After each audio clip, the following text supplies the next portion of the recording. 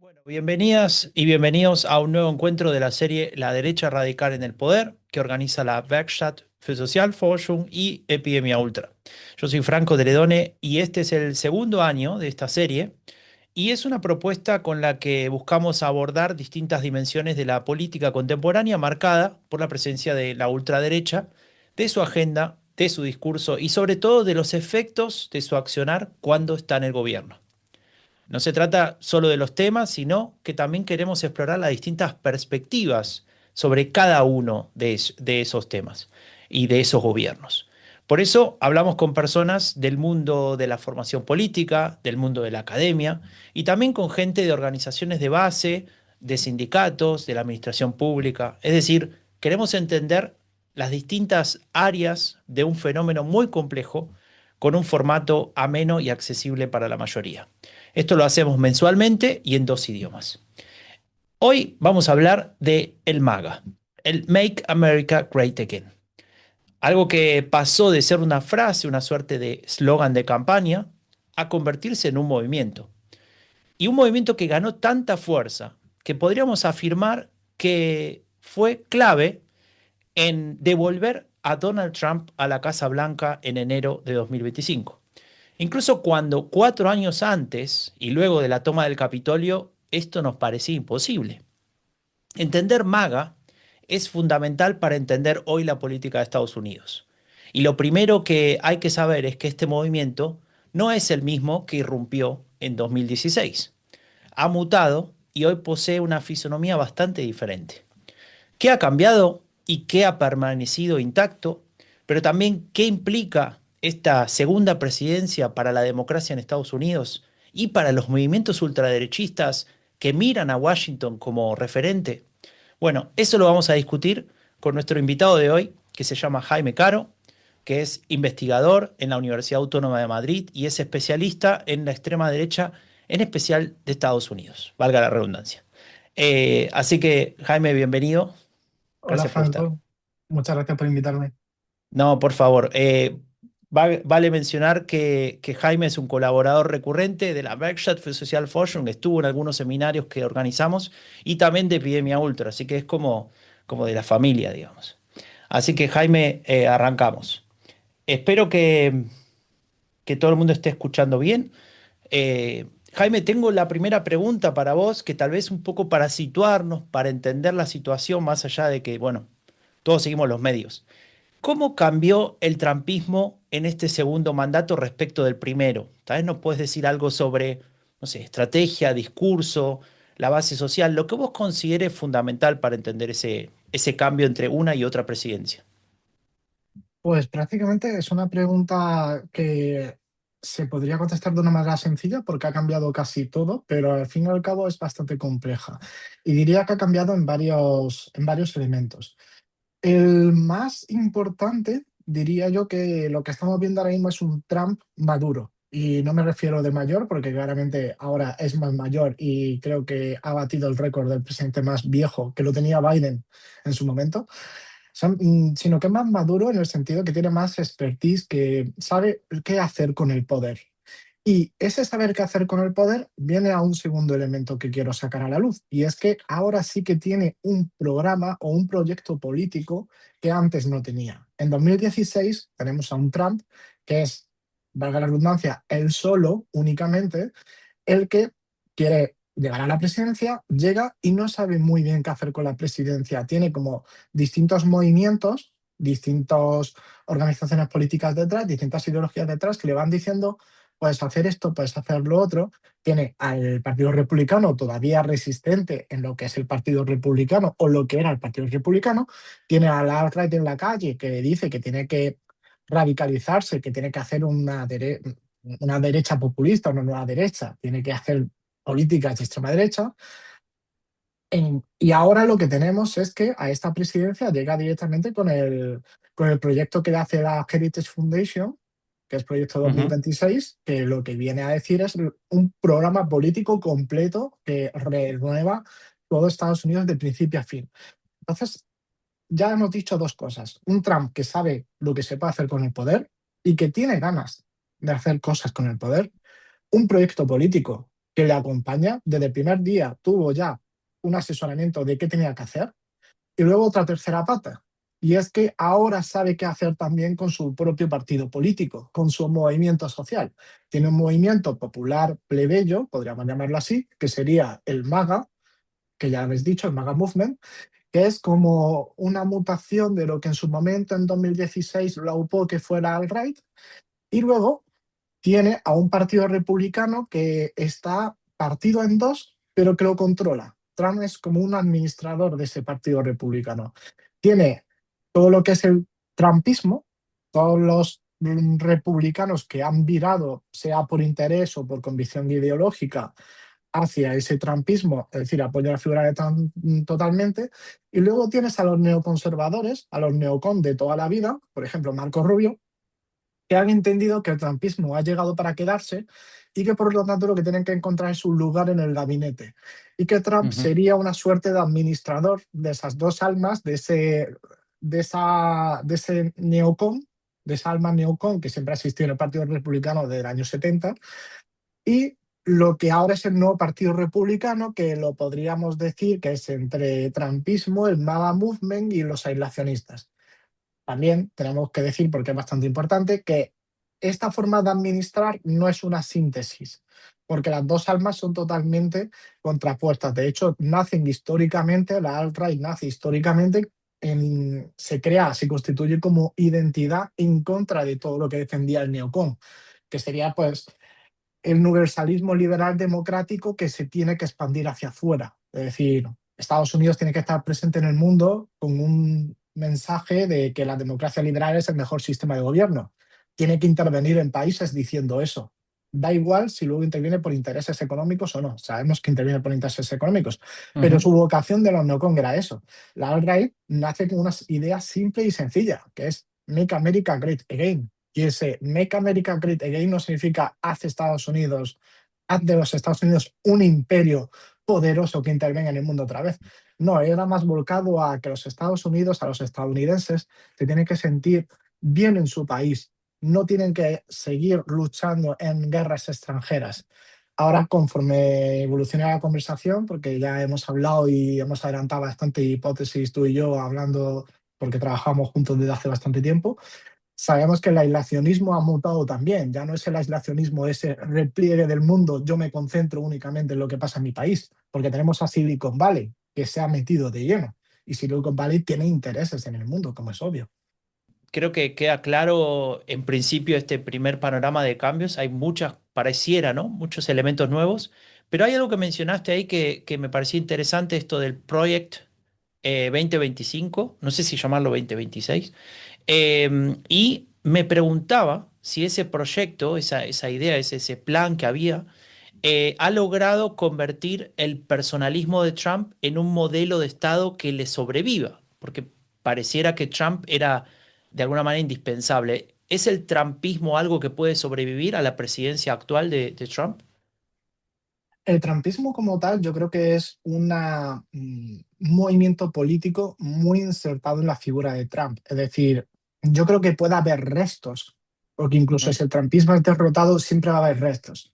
Y su mayor heredero de esos restos va a ser J.D. Vance, pero yo creo que eso ya le tendremos que llamar de otra manera. No se puede ser trumpismo. Incluso en el sentido más discursivo, porque el trumpismo en su momento, cuando los investigadores lo empezamos a catalogar, el trumpismo venía a ser como una estética discursiva. Y con esto me refiero a una manera de hacer comunicación política. Ya sabemos que el trumpismo ya no es comunicación política, pero en el sentido más estrictamente personal de Trump, no puede sobrevivir porque su heredero, J.D. Vance, no tiene la misma, ¿cómo decir? No se expresa en los mismos términos en los que se expresa Trump. Entonces, el trumpismo tal cual sobrevivirá con restos, pero no ujú. será lo que sobreviva. Ahora, lo que tú has dicho es muy importante. El proyecto 2025, que me había equivocado por mi cabeza, este proyecto sí que representa una forma de creer cómo es el Estado, de un proyecto de a qué quieres tú llevar a la sociedad y claramente, hay que decirlo, todos los que elaboraron este proyecto están en la administración Trump. Así que este proyecto sí que va a sobrevivir a Donald Trump. Donald Trump es un ejecutor, pero este proyecto ha venido para quedarse.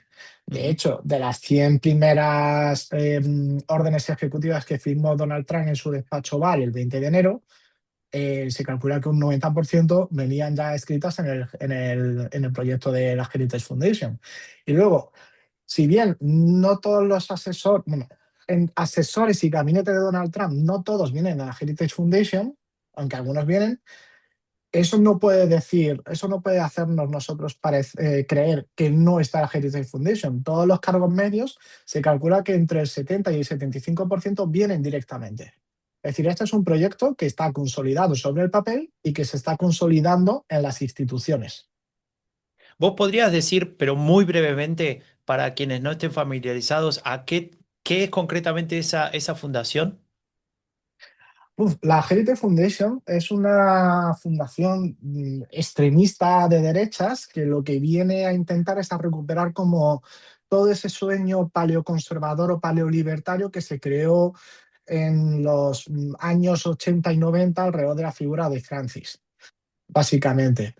Si bien es cierto que la Heritage Foundation, por como ha venido durante todos estos años, sí que se ha acercado a la rama neocon durante la presidencia de Bush, era siempre la parte más radical. Al Tea Party cuando se fundó, que es como la antesala del trumpismo, sí le vino muy bien y sí que les prestó bastante atención. Y ya en 2016, por así decirlo, se destapó a sí mismo, hizo un destape diciendo, bueno, yo es que soy paleolibertario y yo lo que quiero es este proyecto para Estados Unidos. El caso es que en esa época, pues como he dicho, Trump no le gustaba gobernar, se pasaba más tiempo en Mar-a-Lago jugando al golf que otra cosa, Ujú. pero ya en este mandato sí que la Heritage Foundation sí que ya ha conseguido consolidarse dentro del poder. Muy bien. Jaime, mencionaste a J.D. Vance como uno de los que eventualmente serían depositarios de ese trampismo residual. Ahora te quiero nombrar a otra persona que está siendo muy nombrada en los medios de comunicación, que es Peter Thiel. Tal vez nos podrías decir qué representa en todo esto que estás describiendo del trampismo y de la situación del gobierno actual este personaje. Peter Thiel es, para quien no lo sepa, es un magnate de Silicon Valley. Hizo su fortuna siendo el primer inversor externo en Facebook. Hizo su fortuna también, bueno, fue inversor externo, el primer inversor externo en Facebook, porque todo el dinero que sacó de la invención de PayPal junto a Elon Musk y la PayPal Mafia lo invirtió en Facebook. Dio el pelotazo, ganó miles de millones de dólares y desde ese momento se ha dedicado a lo que a él le interesa muchísimo, que es la política. Este hombre, pues, es famoso porque en Stanford, que es una universidad progresista privada de los hippies, básicamente, es decir, de los hijos de clase rica, adinerada, que se consideran progresistas, él fue el primer fundador, bueno, él fue el que fundó el primer periódico conservador de la universidad. Ya aquí decía que era conservador claramente. El caso es que durante los últimos 15 años ya se ha destapado como un neoreaccionario, que lo que viene a decir él siempre dice que hay una contradicción entre la libertad y la democracia y que en esa Ujú. lucha la libertad tiene que prevalecer y que la democracia no le interesa lo más mínimo absoluto. De hecho, si desaparece, incluso mejor. Su sueño pues sería pues que los estados estuviesen gobernados como grandes corporaciones con un CEO que se quede perennemente hasta que el Consejo de Accionistas lo eche. Obviamente el Consejo de Accionistas no entraría cualquier ciudadano votando, pagarías por votar, es decir, eres accionista. Eso es Peter Thiel. Ese es el sueño de Peter Thiel, pero no Un siempre. representante de los neoreaccionarios. Exacto, es el mayor representante y financiador de los no reaccionarios. Tenemos a Curtis Jarvin, que es el intelectual junto a Nick Land, pero esta gente no puede hacer absolutamente nada si no hay dinero de Peter Thiel metido por medio.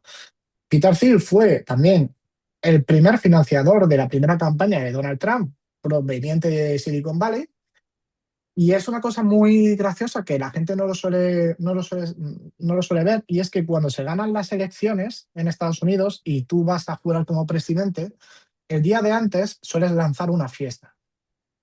Trump lanzó su fiesta en la Casa Blanca, que bueno, pues casi siempre lo que intentas es pedir cheques de dinero pues para tu aventura política, seguir aumentándola, el dinero, patrimonio, y también pues venderle a la gente, a la élite, tanto intelectual, cultural como empresarial, cuál es tu proyecto. Peter Thiel estuvo invitado a esa fiesta. pero Peter Thiel decidió ir a la fiesta que hizo la extrema derecha, la alt-right, todos los low cows que se dice ahora mismo, es decir, todos los raritos de la extrema derecha, hicieron una fiesta en un hotel y Peter Thiel decidió ir a esa. Claro, estaba gente que había defendido al Ku Klux Klan, estaba gente de los Proud Boys, para que nos hagamos una idea de Peter Thiel dónde está Ujú, políticamente asentado. Y ahora, Peter Thiel, como gran representante de Silicon Valley, de la parte neorreaccionaria de Silicon Valley, fue uno de los principales asesores de Donald Trump en el ámbito tecnológico cuando Donald Trump decidió ya de por sí que debería ser asesorado en eso. Y todos recordamos el veto que hizo Estados Unidos a la compañía china Huawei, porque obviamente estaba metiéndose en el mercado de los teléfonos móviles muy fuerte, estaba rivalizando con Apple ya. Y Peter Thiel fue uno de los que le dijo a Donald Trump que lo que tenía que hacer era prohibir toda la tecnología Huawei en Estados Unidos y por lo tanto en Europa también, porque siempre hacemos seguidismo. Este es Peter Thiel.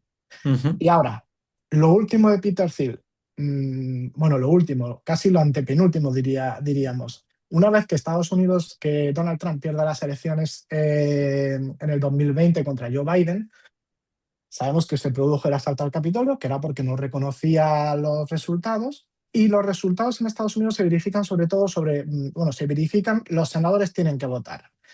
Y viendo que los senadores votaron a favor de la victoria de Joe Biden, Peter Thiel dijo, en las próximas elecciones medio mandato, lo que tenemos que hacer es llenar el Senado de senadores que respondan ante mí. Porque en el momento en que haya otras elecciones que estén en disputa, o incluso si no están en disputa, como tienen que ser aprobadas por el Senado, si yo tengo senadores que ese proceso lo intenta hacer descarrilar, Estados Unidos se acelerará hacia el colapso institucional. Y Peter Thiel lo que quiere es eso precisamente, que Estados Unidos se acelere hacia un colapso interno institucional tan tremendo que sobre esas cenizas construirá su mundo. Y por eso pues tenía un amigo suyo que lo rescató de una universidad privada, que venía con un cuento diciendo que el Partido Republicano y el Partido Demócrata habían abandonado a la clase trabajadora blanca, lo metió a trabajar en su venture capital, en su fondo de inversión de alto riesgo en Silicon Valley, y le dijo, J.D. Vance, preséntate a las elecciones como senador. Y cuando tú te presentes y ganes, en el momento en el que si Donald Trump no gana, tú tienes que hacer descargar ese proceso. Y J.D. Vance se presentó a esas elecciones y las ganó, previamente con un pago de unos 15, 16 millones de dólares para hacer esa campaña, porque este hombre era, como quien dice, un don nadie, no se le conocía relativamente bien y no había hecho carrera política en absoluto. Era, como he dicho, un trabajador de Peter Thiel en su fondo de inversión. Ujú. Entonces, J.D. Vance es el brazo ejecutor dentro del ejecutivo estadounidense de Peter Thiel y de todo lo que ahora vemos en Silicon Valley, que de repente parece que hemos destapado que Silicon Valley no era ese sitio progre que quería unir a la gente, sino que es algo oscuro que quiere controlar a la gente mediante la tecnología. Muy bien, bueno, clarísimo el capítulo de Thiel. De hecho, gracias por mencionar lo de Vance. Me había notado que así como financió a Trump, financió a J.D. Vance cuando quiso ser senador. Y de hecho hay una cosa interesante que él escribe, lo que dijiste, libertad y democracia no son compatibles, y en el mismo artículo también escribe que capitalismo y democracia no son compatibles, ¿no? Entonces, claro, ahí hay un tema que justifica todo lo que vos mencionabas. Le agradezco a Saúl, ahí escribió, recomendó un libro, por si lo quieren mirar en el chat, muchas gracias, Saúl. Y acá hay una pregunta, ¿cómo argumenta Peter Thiel su discurso sobre libertad si soslaya la libertad de mercado en relación a Huawei? Bueno, un poco lo explicaba Jaime, ¿no? Ahí hay unos intereses y no importa tanto cómo lo argumenta, me parece, ¿no? En su lógica, creo yo. No Sí, sé cómo bueno, lo pero ves. aquí está interesante porque va al corazón de lo que nosotros creemos que piensa la gente de derecha sobre la libertad y sobre el mercado. Solemos creer el mercado como una entidad democrática en la que todo el mundo decide y va, es decir, ese lema de piensa localmente, actúa globalmente, ese lema de que tú como consumidor puedes elegir cómo quieres que el mercado sea. Es decir, si yo estoy tomando en el mercado decisiones de ética, es decir, estoy en un banco ético, compro cosas éticas, puedo cambiar el mundo. Los neoliberales que se escinden y crean todo el movimiento libertario, por ejemplo, estoy hablando de Murray Rothbard, lo que dice es que el mercado para nada es democrático. No es lo mismo una persona que va al mercado con 10 euros que una persona que va con 1.000 millones de euros. Por lo tanto, el capitalismo no es democrático. Y lo que es la democracia nos sobra totalmente. Ujú. Eso lo dice un presidente de otras latitudes como Javier Milei, ¿no? En reiteradas ocasiones. Una pregunta para cerrar, si se quiere, este bloque un poco de cómo está configurado ahora mismo el MAGA o lo que rodea al trumpismo. Si miramos las bases del MAGA, ¿no? Un poco los que votan a Trump, entre comillas, la gente. Empezás a ver una diferencia entre lo que plantea ese aceleracionismo tecnológico de Silicon Valley y las bases, lo que tal vez representaba el trumpismo de la primera hora?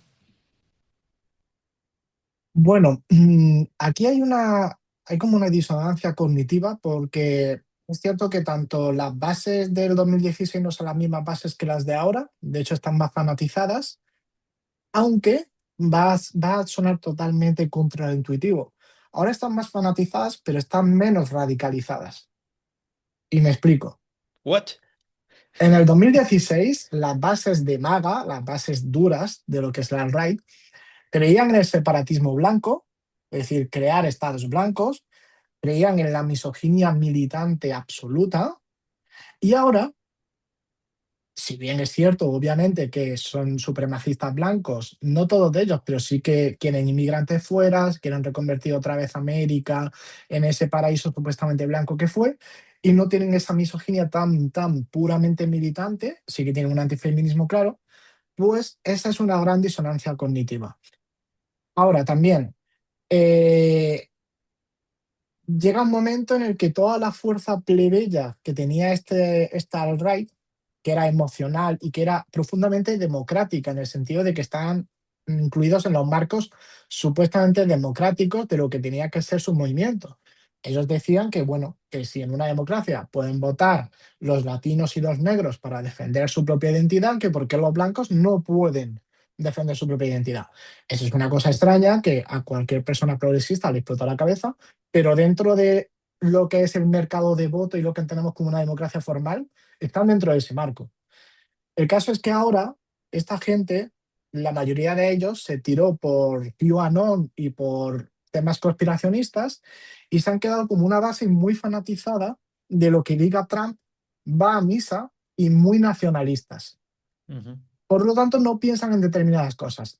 Y también ha habido aquí, está la mayor disonancia cognitiva, la del 2016-2017 se metía con Silicon Valley porque lo veían como woke, y ahora de repente, con personas como Elon Musk o Peter Thiel, pero sobre todo Elon Musk, de repente venga Silicon Valley no como una cosa woke, sino como una cosa aliada, pero sí que venga Silicon Valley como un motivo de orgullo nacional porque hacen al país más grande. ujú, ujú, Entonces, no le importa tanto este aceleracionismo antidemocrático que tiene Silicon Valley, porque al fin y al cabo hace a su país más ujú. grande. Muy bien. Aprovecho ahora un momento, así también Miguel puede respirar. Pero si querés, Jaime, ¿por qué no anotás en el chat tu blog, la dirección de tu blog? Así la gente que quiera seguir leyéndote y sabiendo lo que piensa Jaime, supongo que ya habrás cautivado a más de uno en o a una en esta charla, lo pueden leer en Substack, ¿no? Ahí les va a dejar Jaime el link. Muy bien, ahora vamos a pasar a otra cuestión que es muy relevante, que tal vez ocupaba las redes sociales, los videos, la agenda eh, a principios de año, a fines del anterior, que es todo esto que pasó con la cuestión migratoria, ¿no? Estos videos brutales que hemos visto y que posiblemente siga funcionando de una manera similar, pero lo vemos menos porque tal vez es menos impactante que antes, por la lógica propia, ¿no? De cómo funciona eso. Pero quería preguntarte, hemos visto que en Estados Unidos, en esta segunda presidencia, se normalizó el estado de excepción, un estado de excepción, si se quiere, permanente en esa democracia norteamericana. Sí, y de hecho, al hilo de lo que tú decías, porque uno de los grandes asesores de Donald Trump, tanto en la primera presidencia como en la segunda, es Stephen Miller. Stephen Miller pensaba en la primera presidencia que no importaba tanto lo que pasase con Estados Unidos, es decir, llegaban a ese punto en el cual si había que extinguir una parte de Estados Unidos para que fuese blanca, se Ujú, extendía y no pasaba nada. Es decir, Estados Unidos ya estaba, para ellos, por decirlo de alguna manera, Estados Unidos ya estaba perdido, ya estaba muerto, porque había muchísimo latino, había muchísimo blanco, había muchísimo de asiático. Entonces, si había que extinguir determinadas partes de Estados Unidos para hacerlo blanco, no importaba. Ahora, cuando han llegado, saben que desde el gobierno, es decir, cuando han vuelto, saben que desde el gobierno, si se invierte desde una agencia federal bastante dinero, puedes hacer dos cosas. Una, que todos los que pensaban como tú en el año 2016 y estaban patrullando calles en organizaciones como los Proud Boys, ahora tú les puedes dar dinero y una placa y los tienes dentro de una cosa que se llama el ICE. Y esa gente es la que te puede asegurar que Estados Unidos pueda volver a ser blanco. ¿Y cómo se hace esta operativa? Pues cogiendo a todas las personas migrantes y echándolas de Estados Unidos. Por lo tanto, aquí hay uno de los cambios y Stephen Miller presenta uno de esos cambios. Y claro, la única manera que tiene el ICE de actuar es, como tú has dicho, bajo un estado de excepción permanente, porque se saltan absolutamente toda la constitución estadounidense. También el ICE es una fuerza paramilitar al fin y al cabo, que está creada por y para Donald Trump. Ya sé que se creó con Bush, pero con Bush tenía un presupuesto de millones de dólares, únicamente ya estamos hablando de miles de millones de dólares. Que te sirve para echar a los migrantes, pero también te sirve para una cosa muy importante ahora que nos avecinamos y que ya estamos encarando, como quien dice, la campaña electoral de las midterms. El ICE lo puedes desplegar por vía ejecutiva, es decir, Donald Trump lo puede desplegar en cualquier sitio del país cuando él quiera, y eso implica que unas elecciones las puedes adulterar. No digo suspender, digo adulterar. Y ujú, esto no es una cosa de ficción, es decir, en House of Cards aparece este plan tal cual, es decir, creo que en la quinta temporada, pero ya no solamente eso, Steve Bannon, que ya sabemos quién es, que es uno de los grandes asesores de Donald Trump y representante de la alt-right, dice que de hecho el tener a Estados Unidos en un estado de excepción permanente lo que permite es normalizar el ICE, normalizar la polarización política y que en el momento en el que de repente, por lo que sea, en las elecciones de medio mandato tú lo tienes que desplegar, por lo que sea, en determinados feudos la gente normalice que está en esos feudos pero a la vez decida no ir a votar. Y por lo tanto lo que tienes es unas elecciones contaminadas. Con ujú. contaminada me refiero a que son unas elecciones que obviamente lo que quiere Donald Trump es ganarlas, suprimiendo el voto demócrata. Ujú, ujú, clarísimo. Aprovecho para avisar, quien quiera dejar preguntas, el chat está para eso y voy leyendo constantemente. Y bueno, todos los Gen Z que están conectados y no sepan qué es House of Cards, bueno, lo buscan ahí en la plataforma de streaming. Una pregunta respecto, lo mencionaste casi al pasar, ¿no? Esto de las instituciones y en particular el rol de los estados en Estados Unidos, valga la redundancia. Pareciera que con esta situación los contrapesos propios de una democracia están erosionados, ¿no? Mm. Esa situación que debería ser natural. Mm. ¿Pensás que se trasladaron los focos de resistencia institucionales a lugares como los estados, me refiero a California, por ejemplo, New York y demás, Sí. o también a otras organizaciones como puede ser el sindicalismo o los movimientos sociales en Estados Unidos? Sí, aquí hay que. Esto viene del largo recorrido y también un programa que tenía ya el Partido Republicano antes de Trump, que era el de tener el Tribunal Supremo. Porque en el sistema de contrapeso de Estados Unidos todos conocemos los tres poderes diferenciados, que tienes que tener el legislativo, el ejecutivo y el supremo, pero también dentro de lo que ese es el estilo básico de Montesquieu de diferenciación de poderes, pero también hay otro contrapeso que es el federal y el estatal. Y en el federal y en el estatal quien arbitra es el Tribunal Supremo. Por eso el Tribunal Supremo era muy importante tenerlo. Y por eso cuando en su momento fallece, antes de las elecciones del 20, fallece la famosa jueza progresista del Tribunal Supremo, Donald Trump rápido coge y dice que hay y nombra a otra. ¿Para qué? Para tenerlo. ¿Por qué? Porque a día de hoy Si tú no tienes la Cámara de Representantes ni el Senado, que los demócratas no lo tienen, y tampoco tienes el Supremo, en lo que se refiere a la institucionalidad, solamente te queda un foco de contrapoder a Donald Trump, que son los estados. Los estados, en este caso, demócratas, y las alcaldías.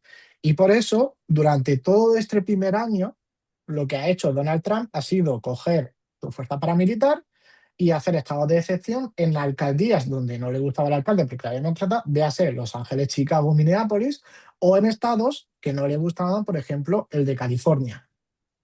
Ujú, ¿Por qué puede hacer eso? Porque tiene un Tribunal Supremo que en cuanto los demócratas decidan llevarlo al Tribunal Supremo, denunciarlo por, ¿cómo se dice?, por invasión de competencias, el Tribunal Supremo va a decir que efectivamente va a hacer una interpretación un tanto imaginativa de la Constitución, a decir que lo que hace Donald Trump está permitido. Y ujú, claro, los demócratas han tenido que replegar a ese lado. Pero lo que es todo el progresismo y toda la izquierda ya tenía movimientos que venían de atrás, movimientos de la organización civil, en los cuales se han replegado para luchar de nuevo.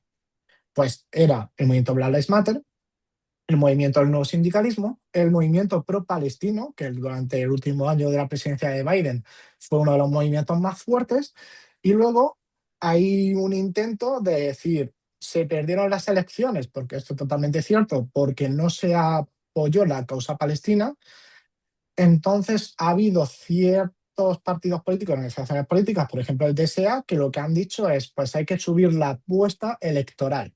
Por lo tanto, vamos a ir a las elecciones y ganarlas. Está el caso de Zoran Mandani, que gana en Nueva York, es decir, un asambleísta que se juega directamente en una moneda y decide abrirse una campaña para llegar a la alcaldía, llega con un movimiento de 100.000 voluntarios. Y ya no solamente eso, sino lo que arrastra ese movimiento de 100.000 voluntarios es que de repente tenemos que se va a presentar otra socialista al Congreso de los Estados Unidos. Entonces se está rearmando lo que es todo el arco del centro izquierda en instituciones y en la calle para estar contra Donald Trump. ujú, ujú. Interesante, ese es un cambio tal vez fundamental, ¿no? Para entender qué pasa ahora en Estados Unidos. Vuelvo a algo que mencioné antes. ¿Te acuerdas que hablábamos de estas imágenes o estos videos donde el ICE atacaba a los migrantes, se los llevaba preso y demás? Veíamos esta gente disfrazada de seminazis, ¿no? Que ahora, bueno, no están más tan presentes, al menos no en los videos, pero yo pensaba, esos videos están ahí porque quieren que los veamos, ¿no? Quieren mostrar esa estética del poder. Entonces, te quería preguntar respecto a ese plano simbólico, si pensás que en esta nueva etapa se está intentando imponer otra estética del orden, ¿no? Algo que silencie a la disidencia, incluso antes de que actúe, o sea, que la gente se quede en casa. ¿Pensás que eso está funcionando? ¿Pensás que eso todavía no se ha logrado imponer?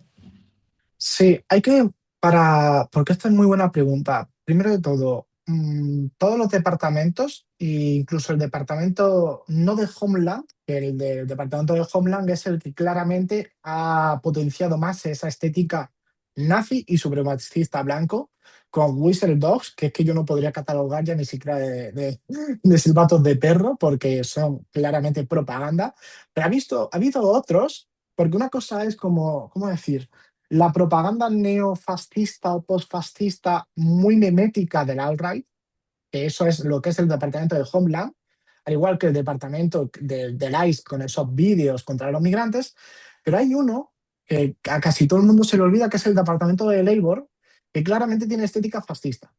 Es Ujú, decir, claramente han cogido los años 30 y han dicho, lo vamos a convertir en esto.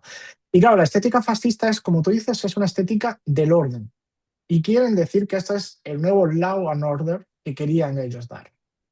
Todo eso mezclado con migrantes. Y ujú. también determinados vídeos que algunas veces hay analistas que lo ven en Twitter y dicen, ¡buah! Esto lo ha tuiteado la Casa Blanca, como diciendo, la Casa Blanca está haciendo una vergüenza con este tipo de vídeos, ¿no? No, saben muy bien a dónde quieren ir. Saben que hay una gente joven ultraderechista que va a ver esos vídeos, pero es porque tienen un miedo, es sobre todo un miedo. En el año 2016 hubo una mayoría de clase trabajadora blanca joven que votó por Donald Trump. En el año 2020 esa mayoría pues menguó. En el año 2024 más o menos se mantuvo, pero es que dentro de lo que son los jóvenes, ahora mismo tenemos según las encuestas un 60% de ellos que dicen que el capitalismo no es el mejor sistema político y que el mejor sistema político sería el socialismo. Lo que vemos es una administración trumpista que está viendo cómo está perdiendo a su propia base de votantes porque se está polarizando por la gente joven, absolutamente Ujú, se está polarizando las posiciones. Es decir, tú a un joven en Estados Unidos, si le preguntas ahora mismo qué es, te señalaría o una esquina del tablero o la otra. No te va a decir, no, yo soy de los de Hakeem Jeffries, ¿sabes? No te va a decir un tío moderado demócrata, no, te va a decir que o bien es de Zoran, de Alexandra Ocasio-Cortez, o bien que es de Trump, J.D. Vance o Stephen Miller. Entonces lo que estamos viendo es una Casa Blanca que teme a esa base que tenía muy considerada en 2016, que en 2020 le menguó y que en ujú, 2024 le ha menguado, lo que teme es perderla. ujú, ujú. Esa Que claro, polarización me pregunto si no pasa lo mismo en muchos otros países, ¿no? Ahora mismo. Pero bueno, material para otro encuentro. Jaime, te hago una pregunta que acaba de escribir Jorge Zapata, que estuvo leyendo nuestro guión, porque es la misma que venía ahora, y tiene que ver con el plano internacional. Es decir, cómo la administración Trump actual influye en la articulación de la ultraderecha global. pregunta complicada. Primero, desde el plano simbólico, es Sí. decir, que Trump esté en Estados Unidos gobernando como un ultraderechista totalmente destapado, influye en que otros le copien, emulen o incluso vean que su base política está fascinada por Trump y intenten conseguir llegar a ese punto, que sería llegar a la presidencia. También es cierto que esto se ha roto, sobre todo en el ámbito europeo. En el ámbito europeo se ha roto este último año prácticamente. ¿Por qué? Porque al fin y al cabo Donald Trump representa un movimiento nacionalista estadounidense y como es normal y corriente, los nacionalismos de un país y de otros chocan. Pero Donald Trump y todo el movimiento MAGA sí que ha sido un ordenador, ha ordenado todo el movimiento ultraderechista de todo el mundo, lo ha ordenado tras de sí, le ha dado estética y le ha dado los marcos discursivos para que esté detrás. No sé si con esto respondo más o menos a esa Ujú, pregunta. Es decir, Donald Trump, pues claramente es amigo de Víctor Orbán. Orbán que ujú, estaba antes que Trump, pero sí que le refuerza, se refuerzan mutuamente. Con Meloni le sirvió también, con Le Pen también le ha servido, a AfD también le sirvió, a Milei, ni que decir de Milei con lo de la motosierra y todo lo demás. Es decir, Donald Trump le ha servido a toda esta gente para hacer una nueva figura de lo que es la ultraderecha. Pero como digo, se ha roto, porque en el momento en el que Donald Trump abandona, como quien dice, a su base aislacionista ujú, y se va a aventuras imperialistas de los neocon, sí que hay determinados líderes políticos que ya zozobran en ese apoyo a Donald Trump. Y líderes ujú. políticos de alto calado, me refiero a la ultraderechista Meloni, por ejemplo, que es Marine una de Le las Pen. más. Marine Le Pen también, pero Meloni es como lo paradigmático de todo. Meloni es una muy interesada en que la figura de Donald Trump resurgiese. De hecho, estuvo en Mar-a-Lago varias veces. Ha hablado con Elon Musk para venderle Starlink, y etcétera, etcétera. Pero en el momento en el que hay una aventuras imperialistas, Meloni es la primera en situarse en contra con todo esto. Claro. Pensaba en que ella estuvo también muchas veces en el CPAC, ¿no? Que es este foro conservador. Exacto, exacto, por ejemplo, en la CEPAC también ha estado bastante. Víctor Orbán también ha estado, y Víctor Orbán sí que es cierto que nunca le ha dicho ni mu a estas aventuras imperialistas de Donald Trump. Es decir, dentro de lo que es la ultraderecha global, vemos a gente que le ríe las gracias a Donald Trump y gente que no. Gente que le ríe Ujú, las gracias, pues sería un Milei, un ujú. Bukele y un Santiago Abascal. Gente que no le ríe las gracias, una Meloni y una Le Pen, por ejemplo. Clarísimo. Ya estamos casi en hora. Si alguien quiere mandar alguna pregunta, puede aprovechar ahora. Profundizando un poco en esta cuestión de las ultraderechas, ¿no? Y tal vez de esa red. em, esta situación de cómo está Trump posicionado perjudica que esa red siga creciendo así como venía creciendo hasta ahora, ¿o vos pensás que sin Trump podría seguir funcionando esas conexiones? Yo creo que ahora mismo más perjudica que otra cosa. Es decir, si bien es cierto que en 2016, con la victoria de Donald Trump, lo que se consiguió precisamente es explotar de los movimientos ultraderechistas que ya venían cociéndose a fuego lento, que siempre que habían estado instalados en toda Europa, sí que hubo una explosión de movimientos ultraderechistas en Europa y en América Latina, eso es cierto. Ahora, estas aventuras y este zozobrar de Donald Trump, porque a Donald Trump le valía siempre el discurso de hombre fuerte. Es decir, cuando pasa lo de Venezuela, es una aventura imperialista que su base acepta, porque al fin y al cabo lo que ha sido es entrar en un país, sacar al presidente, no, pues, meterlo en tu país y ya está. Y ya no hay ninguna guerra ni nada. Sigue pareciendo un hombre fuerte. Es decir, aunque no guste, porque es una aventura imperialista, el hombre fuerte sigue. Ahora con la guerra de Irán, claramente se ve que Donald Trump no es el hombre fuerte y que se ha equivocado. Está todo el rato con, supuestamente él era un gran negociador y ahora todo el rato está con los altos de fuego intentando prorrogarlos, que si voy a este sitio a negociar, pero no, que si ahora bloqueo, pero no. Todas esas idas y venidas en política lo que hacen es confusión.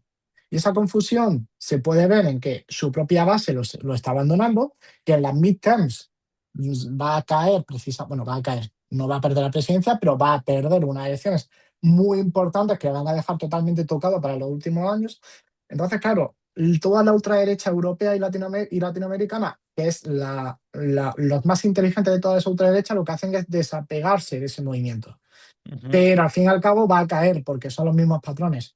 Y es bastante fácil hacer por parte de las oposiciones a esas ultraderechas el mensaje de que ha cambiado. Tú a Donald Trump lo apoyabas hace un año, hace 2 años, ahora que ha Ujú. cambiado, eres un chaquetero, eres un vendido. Es decir, que la caída de Donald Trump sí que puede precipitar caídas de la ultraderecha.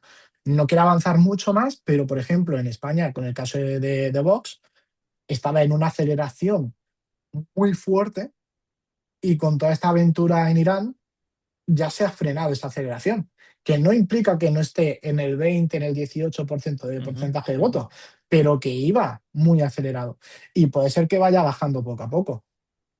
Es interesante que simplemente por algunos meses de diferencia, ese apoyo fue positivo, por ejemplo, en el caso de Argentina, que sin ese apoyo, en gran parte le hubiese costado bastante a Javier Milei ganar las elecciones de medio término de octubre del año pasado. Total. Tengo una pregunta de Saúl. Saúl quiere que que mires el futuro y que nos cuentes cómo se va a reconfigurar el movimiento MAGA si se confirma que efectivamente las elecciones de medio término en Estados Unidos son negativas para el gobierno. Pues yo creo que me acuerdo que en un programa de televisión me preguntaron que qué iba a pasar si Donald Trump ganaba y hice un escenario bastante pesimista y se ha cumplido, así que no quiero ser aquí bastante pesimista en cierto sentido. Pero si las pierde, lo que vamos a ver es a un Donald Trump totalmente descerebrado en política interna y en externa. En externa, por suerte, entre comillas, por suerte, va a estar todavía enfangado en lo que se refiere al tema a la guerra de Irán, porque la guerra de Irán no es de fácil solución. Ujú. Y creo que, de hecho, la última vez que estuvo enfangado la guerra de Irán y la crisis del petróleo fue una guerra de 3 años, es decir, los que tenemos por delante prácticamente. Entonces no va a poder hacer mucho en internacional o incluso en internacional, pues ya intentará hacer otras cosas. Por ejemplo, lo más fácil Cuba. es, exacto, lo más fácil es acrecentar el bloqueo en Cuba para intentar que caiga el régimen castrista. Ahora, en el ámbito interno va a seguir teniendo allies y en el ámbito interno sí que va a haber un intento pues, más de desmocratización que hay interno en Estados Unidos. Los demócratas, según con qué fuerza lleguen a la Cámara, porque ya sabemos que los demócratas están divididos en dos, que serían los moderados y los progresistas, dependiendo de cómo esté dentro de ellos ese juego de las dos armas, que sea más poderoso o no, intentarán echarle más valor contra Donald Trump. Ujú. Entonces yo creo que cuanto más valor le echen contra Donald Trump, Trump va a estar más descerebrado en cierto sentido. Y sí que va a seguir haciendo del ICE su ejército paramilitar, claro. Ujú. Ahora, ¿esto significa que en 2028 va a perder? Obviamente, significa que en 2028 Donald Trump no se va a presentar a las elecciones. Primero de todo porque creo que por edad no va a poder. significa que JD Vance va a ser su sucesor. Hay que ver a quién ponen los demócratas, porque los demócratas pueden ganar las elecciones de medio mandato y llegar a 2028 bastante mal y poner a una Kamala Harris, es decir, no digo que vayan a poner a Kamala Harris, pero que vayan a poner a alguien del tipo que haga que incluso puedan perder contra un JD Vance, que va a estar de por sí ya muy con un capital político bastante perdido. Yo no soy de los que piensan, por ejemplo, porque ahora se está diciendo que J.D. Vance ha perdido todo el capital político, bla, bla, bla, bla. Yo pienso que J.D. Vance, por la guerra de Irán cuando sucedió, cuando se sucedieron los primeros ataques, J.D. Vance estuvo 4 días enteros escondido en una cueva, porque es del alma aislacionista. Yo creo que en el momento en el que Donald Trump dé un paso al lado, porque lo va a tener que dar, y él claramente vaya encaminándose a la campaña, va a poder hacer una campaña de yo dije en su momento que no había que entrar en la guerra de Irán. Y yo creo que con eso se Ujú. va a autolegitimar dentro del movimiento MAGA. Es decir, yo no daría por descartado o por muerto a J.D. Vance en unas elecciones en el 2028. Y pensás exactamente lo opuesto de Marco Rubio, me imagino. Y Marco Rubio, yo pienso exactamente lo opuesto. Sé que es un hombre fuerte dentro del gabinete, pero no lo veo presidenciable. Ujú, ujú. Muy bien, Jaime, yo te voy a decir que tenés que estar orgulloso porque esta charla empezó con 29 personas y sigue estando con 29 personas. No se fue nadie, estamos muy contentos, supongo que habrá habido ahí un poco de fluctuación, pero el saldo es perfecto. Así que si alguien tiene alguna pregunta más, es el momento ahora porque estamos casi en hora y queremos que Miguel, que está haciendo la traducción simultánea en alemán, Descanse. sobreviva esta noche, entonces tampoco lo queremos estirar más. Es la última oportunidad. Mientras tanto, insisto, lean el blog de Jaime, escuchen los episodios de Epidemia Ultra donde Jaime colabora, Nacionalismo Blanco, los neoreaccionarios de Silicon Valley, por ejemplo, y algún que otro más. Mira, acá viene la última pregunta que es muy fácil, por eso te la voy a hacer. La relación de, de Trump con Putin. Y terminamos. Aquí ya sabéis que en el 2016 empezó como un affair de amor propio, de amor común, ¿no? Porque está, no voy a decir el cuento porque no voy a valorar, pero eso de que Putin había puesto directamente a Donald Trump, obviamente Putin influyó en las elecciones estadounidenses, pero pienso que Donald Trump gana pues por otro tipo de cosas. Eh, Donald Trump ya ha perdido a Putin en cierto sentido, es decir, ya se ha dejado de fijar en él. Es cierto que cuando abrió el mandato había una patata caliente, que era el tema de Ucrania. Ujú, Como cuando me preguntaron, yo dije que a Ucrania le iba a dejar abandonada y vendida. Efectivamente, iba por ese camino. Los europeos han sido los que han mantenido más a Ucrania. Él quería hacer un pacto de paz con Putin, pero tenía que resolver primero el genocidio de Gaza o silenciar, o silenciarlo. Pero el problema que ha tenido es que ha tenido a Marco Rubio, y a Marco Rubio y a Netanyahu, que le han dicho determinadas aventuras. Entonces, hasta que no cierre una etapa, que es la de Irán, no puede cerrar la de Rusia. Ahora, también hay que decirlo, el haberse metido con Irán y haber aumentado el precio del petróleo y del gas, lo que ha hecho ha sido reforzar más aún la posición de Putin. Así ujú, que ahí no me atrevo a decir, pero sí que diría que lo que va a hacer en un futuro es dejar vendido a Ucrania y va a hacer un pacto con Putin. ujú. Jaime, como todavía queda un minuto, me pregunta acá Montserrat si Alejandro Ocasio es la potencial candidata presidencial de los demócratas o no. AOC se va a presentar a la nominación del Partido Demócrata porque ya tiene un movimiento detrás hecho, es decir, Bernie Sanders, en cuanto los demócratas pierden estas elecciones últimas con Trump, los demócratas se meten en una cueva, todos, excepto Bernie Sanders, que bueno, es independiente, pero se presenta, bueno, pero al final está alineado, como quiere decir, con el Partido Demócrata. Sanders es el único que está en las calles a hacer los mítines, ¿no?, en contra de Trump. Y en esos mítines es donde entroniza directamente a Alexandria Ocasio-Cortez porque ya Sanders no se va a poder presentar más a nominaciones porque está muy mayor y se quiere retirar. Entonces, ahora, ellos sí, con esa legitimación que da Sanders y ese movimiento en su casa, prácticamente en Nueva York, con todo el movimiento del DSA, con todos los nuevos socialistas que van allá al Congreso, a Estado, a alcaldía, sí que se siente legitimada para llegar. Y, como he dicho antes, el 60% de los jóvenes dicen que el socialismo es mejor sistema político que el capitalismo. Con eso va a intentar presentarse a la nominación. ¿La ganará? No lo sé. Yo creo que no la va a poder ganar todavía en un país como Estados Unidos por el simple hecho de su identidad. Es una mujer latina, no va a poder ganarla. Ahora, sí que es cierto que va a arrastrar al Partido Demócrata a una posición progresista. Biden era un progresista en comparación con Barack Obama, con Kamala Harris y con Hillary Clinton. Biden tuvo que hacer un programa político que se los, como quien dice, que se lo escribió Bernie Sanders. Alexandria Ocasio-Cortez va a seguir esa ola de intentar izquierdizar el Partido Demócrata, porque por la otra parte del establishment del Partido Demócrata, quien suena y quien tiene más las de ganar es Gavin Newsom, que es un progresista demócrata, es decir, es el ala izquierda del Partido Demócrata, que va a poder hacer política de izquierdas. Ujú. Bueno, de izquierdas, del centro izquierda de allí, Estados Unidos. Entonces, Alexandria Ocasio-Cortez, nominación, sí se va a presentar, no creo que la gane, pero va a servir para lo que hizo Benesán en su momento, izquierdizar el Partido Demócrata. Muy bien, Jaime, con esas palabras, yo te quería agradecer mucho. Cerramos entonces la charla de hoy. Muchas gracias. Muchas gracias a vosotros. Esto fue un nuevo encuentro de la serie La derecha radical en el poder que organiza la Werkstatt für Sozialforschung y que cuenta con el financiamiento de la Landeszentrale für politische Bildung Berlin.